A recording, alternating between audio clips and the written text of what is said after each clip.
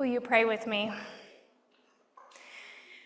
May the words of my mouth and the meditation of each heart be acceptable in your sight, O God, our rock and our Redeemer. Amen. This summer, we've been working our way through Barbara Brown Taylor's book, An Altar in the World. Each week, we have been focusing on one practice that helps connect us with God, ourselves, and each other. Altars, if you will. I have to admit that when we scheduled the theme for today, the practice of breaking bread, communion, I thought it would be an easy topic to preach on the day before I go on vacation. As a pastor ordained in the Christian Church Disciples of Christ, the practice of communion is deeply embedded into my own theology and practices. Breaking bread for me is as routine and as beautiful as the sun rising in the morning and setting in the evening. We disciples practice communion consistently every week, and there are some weeks when we break bread together more often. But this week has been anything but normal. On Monday, a wildfire began near Storm Mountain, which is at the base of the Big Thompson Canyon on the way to Estes Park. As of yesterday, the fire had grown to more than 9,500 acres. Around 24 structures, which include homes and outbuildings, have been lost or damaged. Due to the extreme heat and dry conditions, several other wildfires popped up throughout the week, including one near Lyons, impacting both Larimer and Boulder counties.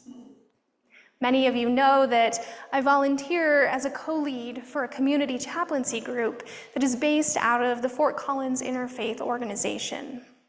We work with Larimer County's Disaster Behavioral Health Response Team to respond as a united team of mental health and spiritual care responders in disasters such as these. I also volunteer as the lead chaplain for Fort Collins Police and Poudre Fire Authority.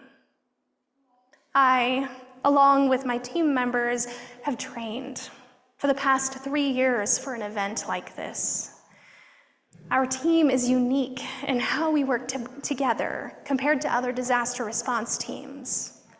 We learned how important it is to work together as a team to care for our community during the Cairn Peak and East Troublesome fires in 2020. I serve as one of the Disaster Behavioral Health Response Team leads, which is a fancy way of saying that I work on the administrative pieces, scheduling our strike team members for shifts, filling out forms, and being available to those who are out in the field to process, sort of chaplain to the chaplains. I want to thank you all for the support you've given and for your flexibility this past week as I've needed to adjust my work schedule. Instead of being here in person, I was needed closer to home in case the team members that were deployed needed anything. Like here in Boulder County, those in Larimer are not strangers to natural disasters.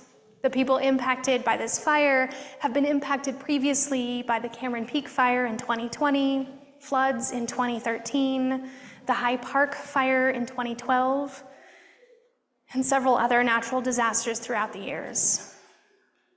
Tuesday, at lunchtime, I found myself sitting with someone at the evacuation center who had been evacuated. And over a turkey sandwich, chips, and water, we talked about everything. How it feels to be evacuated from a place that's been home for over 50 years, how scary it is to wonder if that will still be home after this event, to the prayers that we utter each night, prayers for our country, for our first responders, prayers for creation, prayers for everyone impacted. And during that conversation, I couldn't help but think about the meal that Jesus had with his disciples that night and our theme for today. I think as humans find it difficult to pause long enough to notice these places in ways that we connect with each other and God, these altars, in the everyday world, even during normal times. It's why we talk about it so frequently. But I think it can be even more difficult to notice these altars, these spaces where love lives, when it feels like our world is ending, like during disasters. It probably felt a little like the world was ending, or at least the world that the disciples knew. Here is their teacher, their friend, their leader, telling them that one of them will betray him, and those in power would put him to death. Jesus tells them that one who is eating with me will betray me. This phrase, one who is eating with me, is a phrase that signals deep friendship. It's not a casual thing. But perhaps that's part of the point. Those whom we count as our closest friends and family, those we love deeply, are the ones who are most likely to hurt us. It's painful when a stranger does harm to us, but there is a really deep ache when someone we love betrays our trust. And still, Jesus ate with him. Jesus broke bread with him. Jesus saw the humanity in his friend. And it remains so for us today. For we cannot possibly eat with someone without seeing their humanity.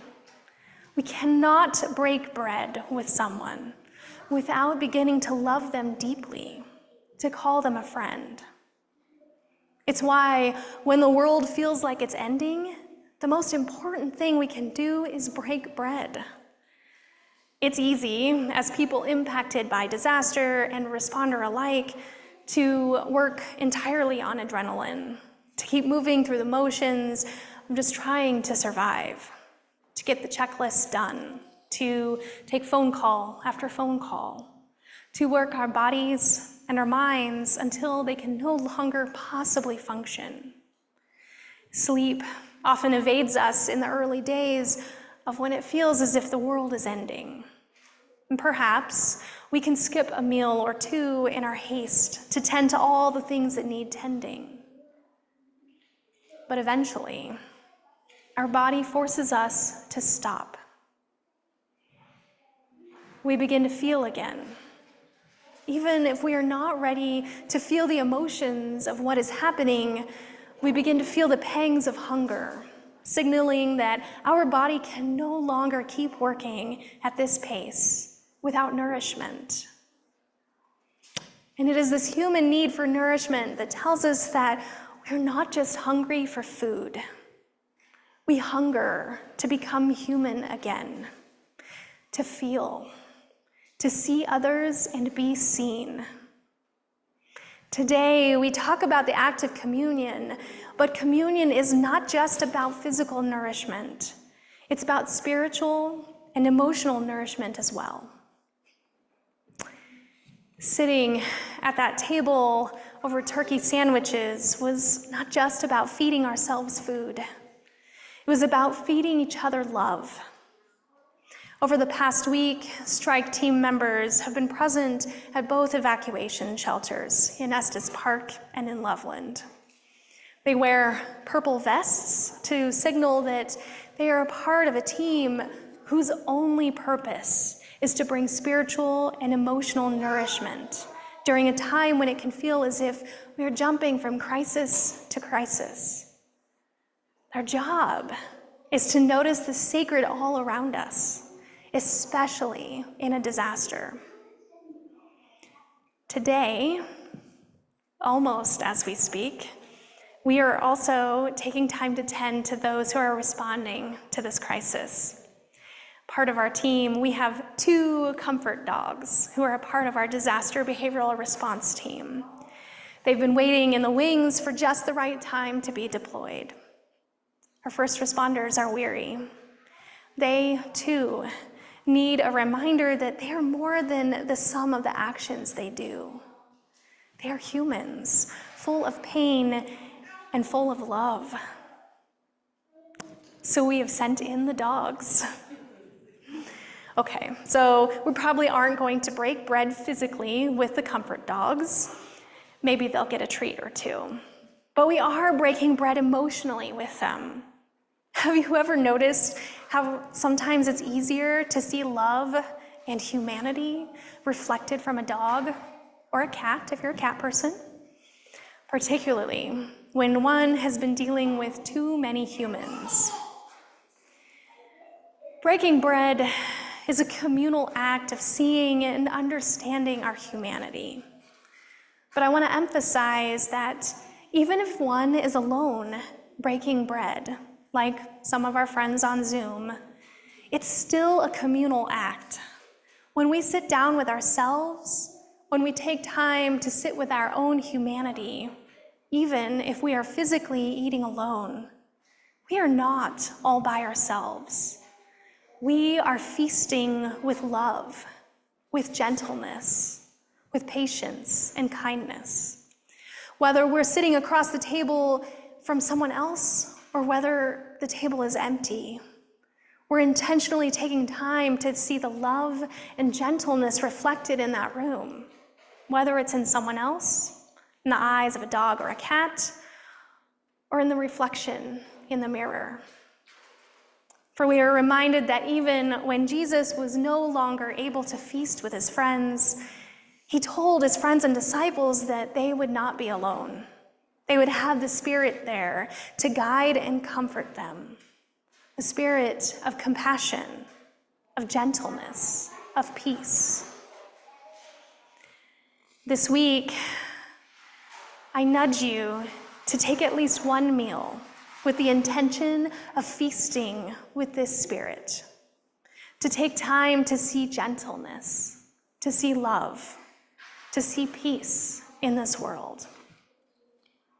This communion truly is a countercultural act, and one that Jesus charged us to remember every time we gathered. May we be a people who practice remembering, seeing, and understanding every time we feast.